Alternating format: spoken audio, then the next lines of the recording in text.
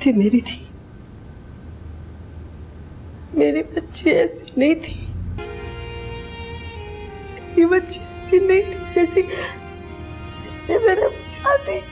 छोटे बालों के साथ स्क्रीन की जीनत बनने वाली अदाकाराओं की बात करें तो सानिया सईद और मरीना खान के नाम आते हैं। ताहम इस फहरिस्त में शामिल जिस अदाकारा की बात हम करने जा रहे हैं वो हुमा नवाब हैं, जो मुतवातर स्क्रीन पर काम करती दिखाई दे रही हैं। वो बीच में स्क्रीन से गायब हो गई थीं, लेकिन उन्होंने कम बैक कर लिया। वो ड्रामों के साथ साथ फिल्मों में भी जलवागर हो रही हैं। हुमा नवाब ने स्क्रीन क्यों छोड़ी थी, मौजूदा ड्रामों के बारे में वो क्या कहती हैं, उन्होंने अभी तक शादी क्यों नहीं की, ये सब कुछ हम बताएंगे आज की इस वीडियो में। माफ कर दे,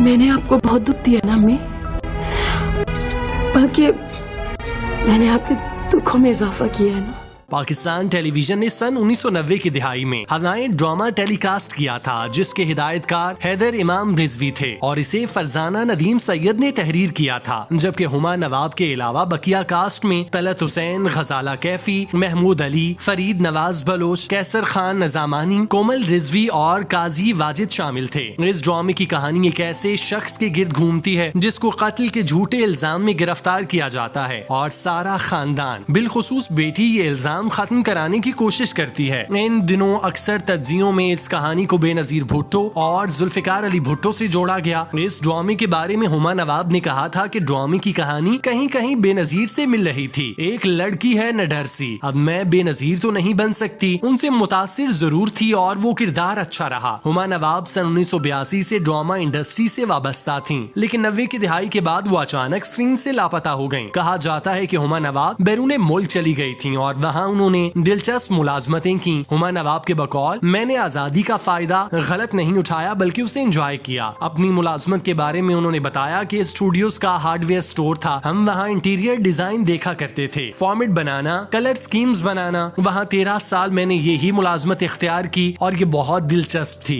मजा उस वक्त दोबाला हो जाता है अगर मुलाजमत आपके शौक के मुताबिक हो। पाकिस्तान में 80 और 90 की दिहाई में ड्रामे की अदाकाराओं के बाल छोटे थे। हुमा नवाब के अलावा मरीना खान और सानिया सईद उसी फहरिस्त में थीं। हुमा नवाब के मुताबिक उनके हमारे जमाने में एक्टिंग बेस्ड ड्रामा हुआ करते थे, सारा जोर एक्टिंग पर हुआ करता था, ना कि उनके छोटे बालों पर या बड़ों पर। हुमा नवाब ने पीटीवी के सुनहरी दौर में काम किया, जिसकी वजह से उन्हें आज के ड्रामों में कुछ भी अच्छा नजर नहीं आता। उनके बकौल ड्रामे में ये लाइन तो अब मामूल बन चुकी है, क्या फ्रेश हो जाए, मैं चाय बनाकर लाती हूँ। चाय इतनी दिखाई जाती है कि उसकी हद नहीं। कैरेक्टर दाखिल होता है तो वो चाय लेकर आता है। भाई ये जरूरी नहीं, अब डायरेक्टर को भी सोचना चाहिए कि कोई और बिजनेस रख ले। अब इस लाइन से भी तंग आ चुके हैं कि आप जल्दी से जाएं, चाय लेकर आ जाएं। हुमा नवाब कहती हैं कि मवाद कमजोर हो रहा है, रिसर्च का फुकदान नजर आ रहा है। बकौल उनके कई अजीब गैर मंतकी चीजें होती हैं, जैसे बेटा सामने खड़ा है और माँ कहती है बेटा तुम आ गए, भाई आ गया है तभी तो खड़ा है। इस तरह किसी को हार्ट अटैक हो रहा है तो कहा जाता है जाओ जल्दी से पानी लेकर आओ। भाई उसके लिए पानी की जरूरत नहीं, थोड़ी सी स्टडी करने की जरूरत है कि हार्ट अटैक हो रहा है तो पानी देना चाहिए कि नहीं। हुमा नवाब अब टीवी ड्रामों के बाद फिल्मों में भी अपनी सलाहियतों का इजहार करती दिखाई देती हैं। उनकी पहली फिल्म महामीर थी और अब उनसे कई एक फिल्म प्रोड्यूसर्स ने फिल्मों में काम करने के लिए राब्ते किए हैं। हुमा नवाब का कहना है कि पहली फिल्म का मौजू अच्छा था तो काम करने की हामी भरी थी, अब भी जानदार किरदार स्क्रिप्ट मिला तो जरूर काम करूंगी। उनका कहना था कि इंसान को हकीकत पसंद होना चाहिए और मैं इस हकीकत से आगाह हूँ कि इस उम्र में मुझे किस किस्म के किरदार मिलेंगे। निजात और धूप में सावन दूसरे मशहूर शोज हैं जिसमें उन्होंने परफॉर्म किया। उन्होंने अपने करियर का आगाज 80 की दिहाई के वस्त में सिलसिला से किया और 1999 तक काम करती रहीं, जिसके बाद वो अमेरिका चली गईं। हुमा मुख्तसर वक्त के लिए 2012 में, फिर 2014 में और मुस्तकिल तौर पर 2015 में वापस आईं। तब से अब तक उनके कुछ काबिले जिक्र प्रोजेक्ट्स हैं, जिनमें यकीन का सफर, दीदन, सुर्ख चांदनी, मैं न जानू, दिलरुबा और हम कहाँ के सच्चे हैं।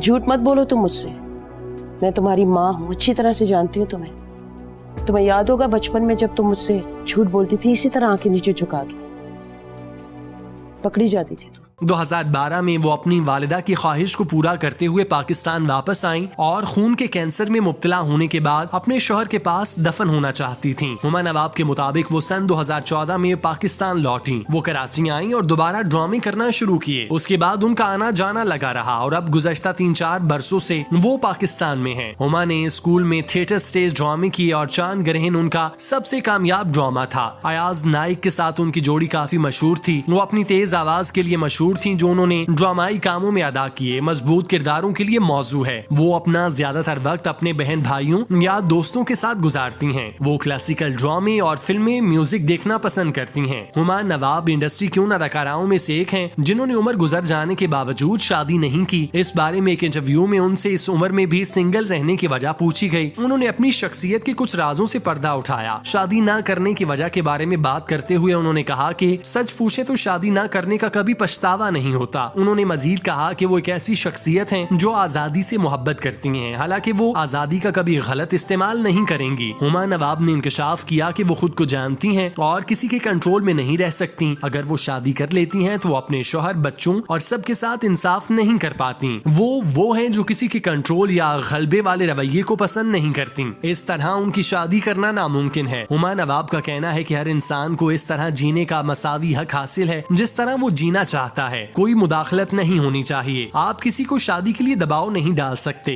इसलिए ये मुकम्मल तौर पर उस शख्स पर मुनहसिर है कि वो इस रिश्ते में शामिल होना चाहता है या नहीं। उन्होंने मशवरा दिया कि अगर आपको शादी के बारे में शकूक शुबहात या दूसरे ख्यालात हैं तो आप इस उलझन में हैं कि आप शादी कर पाएंगे या नहीं, तो शादी ना करें। आप अपने आप को एक लामुतनाही तनाज़े में डाल देंगे। ये तनाज़ा दोनों शराकतदारों को परेशान करेगा। Is that you? Oh my God! What a surprise!